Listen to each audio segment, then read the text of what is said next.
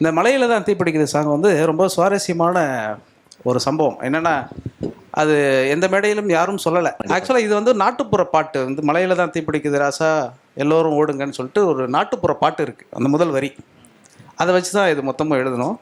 அது மொத்த அரசியலையும் சொல்லக்கூடிய ஒரு பாட்டு. இது யார் பாடலாம் அப்படின்னோடனே வடிவேலு பாடலாம் அப்படின்னு சொல்லி லிரிக் அனுப்புங்கண்ணே அப்படின்னு சொல்லிட்டு பாடல் வரிகளை அனுப்பிச்சோம். அப்புறம் அந்த மெட்டை அமைச்சோம். மெட்டை எல்லாத்தையும் படித்து பார்த்துட்டு இது ரொம்ப கஷ்டமான டியூனாக இருக்குது, நான் பாட வரல அப்படின்னு சொல்லிட்டு அவர் பயந்துட்டார். அப்புறம் வந்தார். அவர் பாட ஆரம்பித்தா வந்து ஒரு அரை மணி நேரம் 1 மணி நேரம் வந்து அவருக்கு பயங்கரமாக வேர்த்து ஊற்றுது. அவரால் பாட முடியல. அப்போ வெளியில் வந்து சொன்னார், நான் வந்து பாட முடியாமல் போய்டுங்கிறதுக்காக தான் நான் ரொம்ப நாகரிகமாக மறுத்துக்கிட்டு இருந்தேன், எனக்கு கொஞ்சம் ஒரு மாதிரி இருக்குது அப்படின்னு சொன்னார். நீ வந்து இசைப்புயல் ஏஆர் ரஹ்மானுடைய இசை மேதமையை உணர்ந்து கொள்வதற்காக இந்த சம்பவத்தை சொல்கிறேன். உடனே அவர் என்ன சொன்னார், அந்த மைக்கை கொண்டு வந்து இங்கே வைங்க அப்படின்னு சொல்லிட்டு அவர் பக்கத்தில் வச்சார். ஒரு காஃபி கொடுக்க சொன்னார். ஒரு காஃபியை வந்து வடிவேல் குடித்தார். குடித்து முடித்தோடனே, நீங்கள் இந்த நாகூர் ஹனீஃபா பாட்டெலாம் பாடுவீங்கல்ல, அதை பாடுங்க அப்படின்னார். கடகடன்னு ஒரு பாடினார்.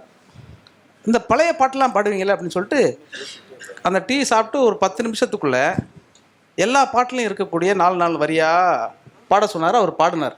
இவ்வளோலாம் பாடுறீங்க, இந்த பாட்டை பாட முடியாதா, பாடுங்க அப்படின்னோடனே இவர் பாட ஆரம்பித்தார். மலையில தான் இந்த பாட்டு வந்து கஸ்தூரி மனம் கமலும் அங்கே பாடினீங்கல்ல, அதே தான் பாடுங்க இப்போ அப்படின்னாரு. அடுத்த 15வது நிமிஷம் மொத்த பாட்டையும் பாடி முடிச்சார் வடிவேல்.